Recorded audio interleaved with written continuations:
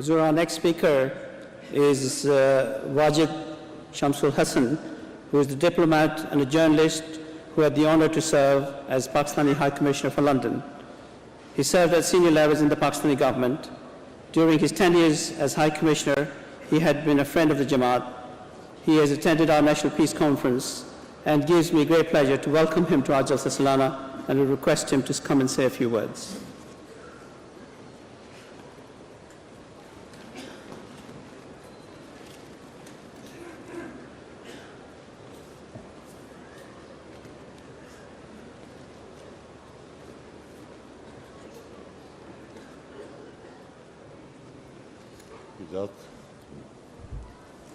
Your Holiness, Assalamu alaikum, Bismillahirrahmanirrahim. मेरे लिए ये बायस इफ्तिखार है कि मैं आज इतने बड़े अहमदिया कॉन्फ्रेंस में शरीक हो रहा हूँ। पहले भी मुझे मौका मिले मगर कुछ हाजिर ना हो पाया। आज की ओकेजन जो है आपके लिए बड़ी मुतब्बर है, क्योंकि 50,000 के करीब आप लोग जमा हुए हैं यहाँ पर और मुख्तलिफ कौमों से ताल्लुक़ रखते हैं, मगर एक सिराजुल मुस्तकीम आपका एक ही है। हमारा मज़हब जो है वो एक बड़े कठिन राह पर खड़ा हुआ है। हर तरफ से हमारे ऊपर मुसीबतें आ रही हैं।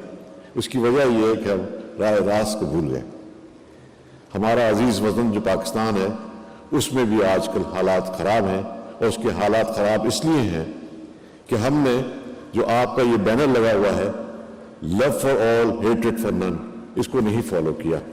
कायद आज़म मोहम्मद अली जिन्ना, उससे पहले दूसरे जुमा जो थे, उन्होंने एक हमें विजन दिया था, एक कंसेप्ट दिया था अल्लामा इकबाल ने, कि पाकिस्तान एक ऐसा मुल्क होगा जिसमें हर शख्स को मजहबी आज़ादी होगी, जान की हिफाजत होगी और अपॉर्चुनिटी इकनॉमिक अपॉर्चुनिटीज इक्वल मिलेंगी।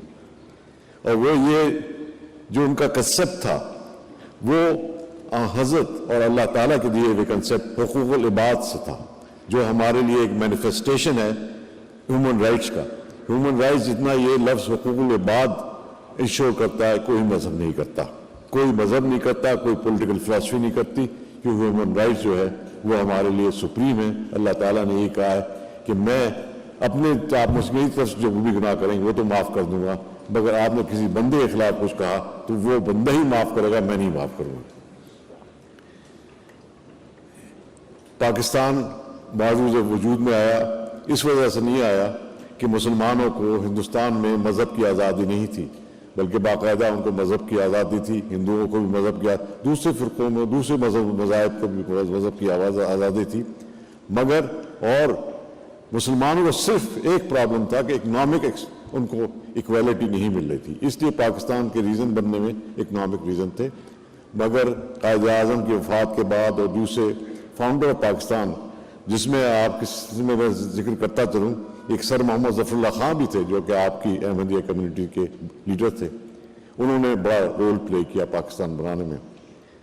अनफॉर्चुनेटली कायद आज़म की वफ़ात और दूसरे जुमा की वफ़ात के बाद पाकिस्तान अपने डगर से हट गया और एक ऐसे तबके ने पाकिस्तान पर कब्ज़ा कर लिया जिसका पाकिस्तान की हमेशा उन्होंने अपनी ज़िंदगी पर मुखालफत की, और पाकिस्तान आने के बाद उन्होंने कायद आज़म अल्लामा इकबाल की आइडियोलॉजी को हाईजैक करने की कोशिश की और कर लिया। आज जो हालात हैं वो उन्हीं लोगों की वजह से हैं, क्योंकि हम कायद आज़म के बनाए हुए उसूलों को और अल्लामा इकबाल के सिरातुल मुस्तकीम से बिखर गए हैं, अलग हो गए।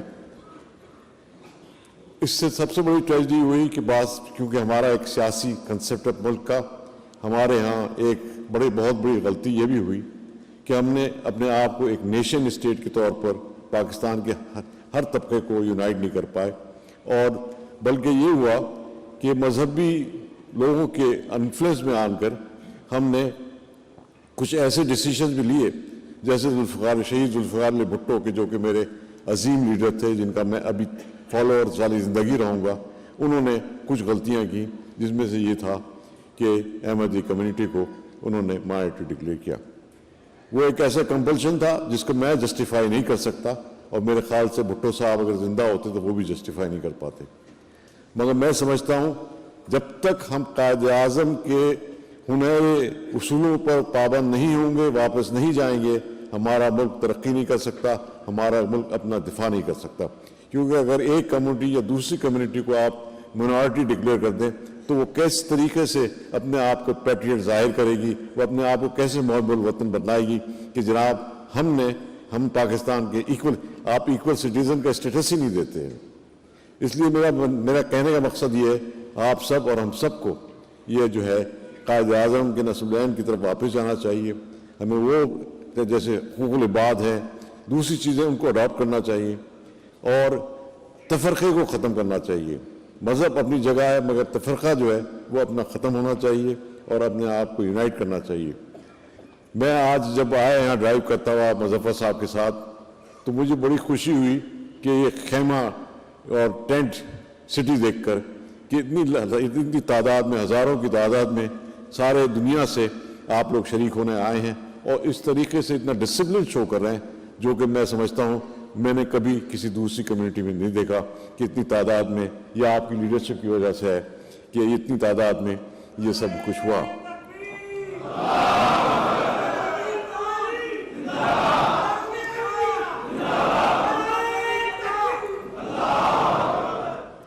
میں امید کرتا ہوں کہ ایک زمانہ ایسا آئے گا پاکستان میں جب ہم قائد اعظم کے اصولوں کو پھر اپنائیں گے اور پاکستان میں ایک ایسی سوسائٹی کی تشکیل ہوگی جہاں کسی قسم کا تفرقہ نہیں ہوگا.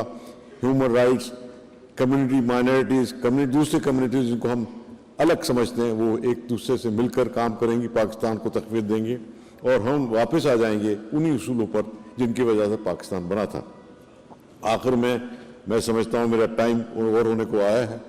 میں یہ کہتا چلوں کیونکہ میں مذہبی آدمی نہیں ہوں, میرا ایک اپنا, کیونکہ ابو ایوریج ایجوکیٹڈ آدمی ہوں, میرا ایک اپنا ویژن ہے, ایک اپنا انٹرپریٹیشن ہے. لوگ کہتے ہیں جیسے لا الہ الا اللہ محمد رسول اللہ لکھا ہوا ہے, لو فار آل ہیٹڈ فار نان, یہ سارے سگنیفائی کرتی ہے سارے مذاہب کی, سارے ان کی دینوں کی.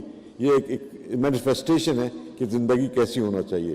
لو کرو سب کو, دل سے نفرت کسی کو نہ کرو, ہر شخص کو موقع دو جان گزارنے, سیفٹی میں جان گزارنے کا.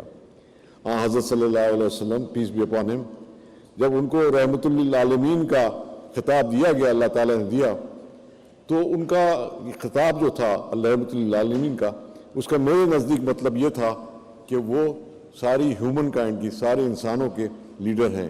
وہ کسی فرقے کے لیڈر نہیں ہیں, وہ کسی مذہب کے لیڈر نہیں ہیں, وہ کسی سیکٹریل سیکٹر کے لیڈر نہیں ہیں, بلکہ عالم دنیا کے لیڈر ہیں, انسانوں کے لیڈر ہیں, انسانیت کے لیڈر ہیں.